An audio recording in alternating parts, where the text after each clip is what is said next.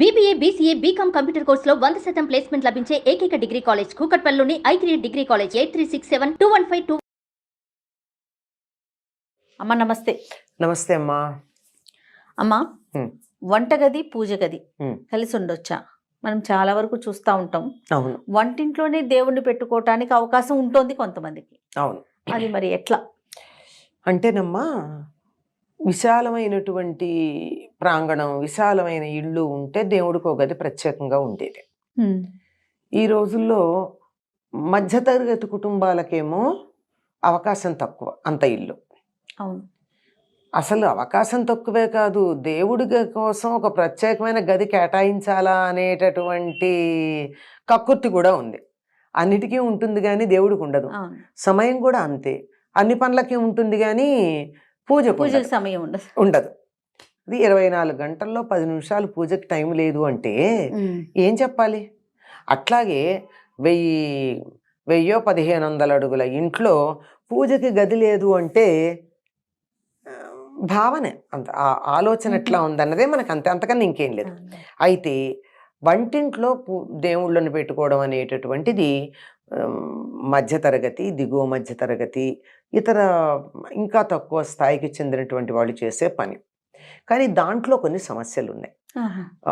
అలా ఉండడానికి కూడా కారణం ఏమిటంటే, ఆడవాళ్లే వంటతో పాటు పూజ చేయడం కూడా ఆడవాళ్ళకి అప్పచెప్పిన పరిస్థితి మనకి. చాలా కుటుంబాల్లో పూజ అంటే అదేదో ఆడవాళ్ళ పనిలాగా ఉంటుంది. వంటలాగో వీళ్ళు ఉద్యోగాలు చేసినా సరే, సద్యోగాలు చేసినా సరే, ఏం చేసినా సరే వంట పూజ కూడా వీళ్ళే చేయడం అనేటటువంటి ఒక దృక్పథం మనకి చాలా కుటుంబాల్లో కనపడుతుంది. అందువల్ల ఆడవాళ్ళకి వంటతో పాటుగా పూజ కూడా అయిపోతుంది కనుక వంటగదిలో పెట్టేసుకోవడం సుఖంగానే ఉంది. కానీ ఇక్కడ సమస్య ఉంది. ఏమిటి సమస్య అంటే, స్త్రీలు మాసిక ఇబ్బంది వచ్చినప్పుడు, నెలసరి అంటాం కదా, అది వచ్చినప్పుడు పూజ చేయరు కదా. అవును, పూజ చేయకపోవడమే కదా, పూజ గదిలోకి వెళ్ళడం అవి కూడా చేయకూడదు కదా.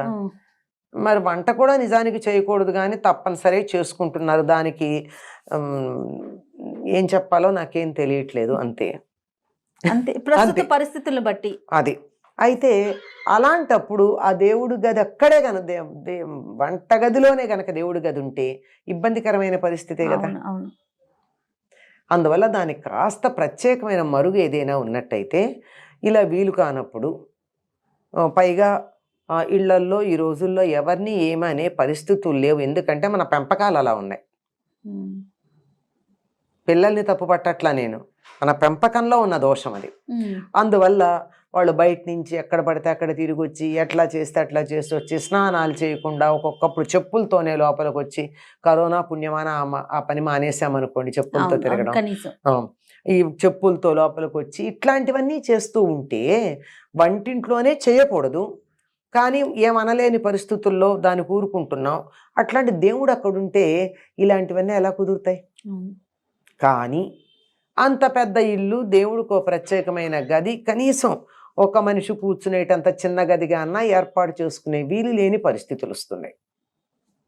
అందుకని కొంతమంది ఉన్నంతలో సర్దుకోవడానికి చేసే పని ఏమిటంటే, ఆ దేవుణ్ణి వంటింట్లో పెట్టుకున్నప్పుడు అదొక షెల్ఫ్ లాగా పెట్టడము, లేకపోతే దానికి తలుపులు పెట్టడము, అది వీలు కానప్పుడు ఒక కర్టెన్ లాంటిది వేయడము లాంటివన్నా చేస్తున్నారు. ఇది కొంతవరకు పూజ వంట తనే ఆడవాళ్లే చేయాలి అనే నియమం ఉన్నప్పుడు మాత్రం అలా వంటింట్లో ఉండడమే సరైనటువంటి పద్ధతి. ఎందుకంటే ఇక్కడికి ఎక్కడికి గంతులేస్తూ కాళ్ళు జారి పడటం కన్నా దగ్గరలో ఉంటే సుఖం కదా. అవకాశం ఉంటే సరే సరే, లేకపోతే అవకాశం ఉంటే మాత్రం అది విడిగా ఉండడం ఉత్తమం అమ్మ. ఇంట్లో ఒక కాస్త ప్రదేశం, ఒక డైనింగ్ టేబుల్ పెట్టేంత ప్లేస్ అన్నా మీకు దేవుడి కోసం కేటాయించలేరా?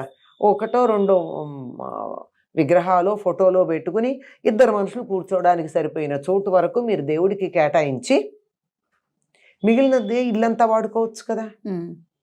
అలా చేయగలిగితే వెల్ అండ్ గుడ్. లేని పరిస్థితుల్లో కనీసం దానికో తలుపన్నా పెట్టుకుంటే రెండో పక్షం.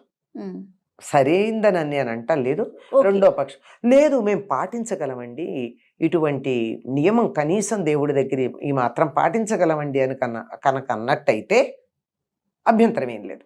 ఓకే. ఏం పాటించాలా అండి? ఈ ఈ సమస్య కూడా వస్తుంది. ఎందుకు పాటించక్కర్లేదండి?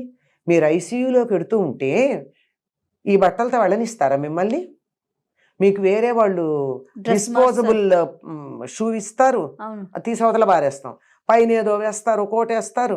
ఈ బట్టలతో వెళ్ళట్లేదే, ఖచ్చితంగా మార్చుకుంటున్నాం కదా. మార్చుకుని పెడుతున్నామా లేదా? లేదా చంటి పిల్లల్ని విదేశాల నుంచి వచ్చిన వాళ్ళు పిల్లల్ని ఎత్తుకోవడానికి మనకి ఇవ్వాలంటే ముందు శానిటైజ్ చేసుకోండి, అప్పుడు పిల్లల్ని ఇస్తామంటున్నారా లేదా? అట్లాంటిది అంతకన్నా సెన్సిటివ్గా ఉండి అక్కడి నుంచి బోల్డ్ వైబ్రేషన్స్ అందరికీ ప్రసారం చేసేటంత సున్నితం కలిగినటువంటి దేవుడి దగ్గరికి వెళ్ళేటప్పుడు ఆ మాత్రం శుచి పాటించాలా అక్కర్లేదా? ఖచ్చితంగా పాటించాలి. కనుక అవి మనకి ఉన్నటువంటి పద్ధతి అని చెప్తున్నారు. తప్పేం లేదు, కానీ ఈ మాత్రం కాస్త సర్దుబాట్లు చేసుకుంటే మరీ మంచిది, మరీ అసలు మంచిది. చేసుకుని తీరాలి, లేకపోతే ఇబ్బందికరమే. మనం చేసేదంతా నిప్పుల్లో సాంబ్రాణి బదులు మిరపకాయలు వేసినట్టు అవుతుంది. అంత సింపుల్. ఖచ్చితంగా మార్చుకుంటున్నాం కదా. మార్చుకుని పెడుతున్నామా లేదా? లేదా చంటి పిల్లల్ని విదేశాల నుంచి వచ్చిన వాళ్ళు పిల్లల్ని ఎత్తుకోవడానికి మనకి ఇవ్వాలంటే ముందు శానిటైజ్ చేసుకోండి, అప్పుడు పిల్లల్ని ఇస్తామంటున్నారా లేదా? అట్లాంటిది అంతకన్నా సెన్సిటివ్గా ఉండి అక్కడి నుంచి బోల్డ్ వైబ్రేషన్స్ అందరికీ ప్రసారం చేసేటంత సున్నితం కలిగినటువంటి దేవుడి దగ్గరికి వెళ్ళేటప్పుడు ఆ మాత్రం శుచి పాటించాలా అక్కర్లేదా? ఖచ్చితంగా పాటించాలి. కనుక అవి మనకు ఉన్నటువంటి పద్ధతి అని చెప్తున్నారు. తప్పేం లేదు, కానీ ఈ మాత్రం కాస్త సర్దుబాట్లు చేసుకుంటే మరీ మంచిది, మరీ అసలు మంచిది. చేసుకుని తీరాలి, లేకపోతే ఇబ్బందికరమే. మనం చేసేదంతా నిప్పుల్లో సాంబ్రాణి బదులు మిరపకాయలు వేసినట్టు అవుతుంది. అంత సింపుల్. రైట్ అమ్మా, నమస్తే. నమస్తే.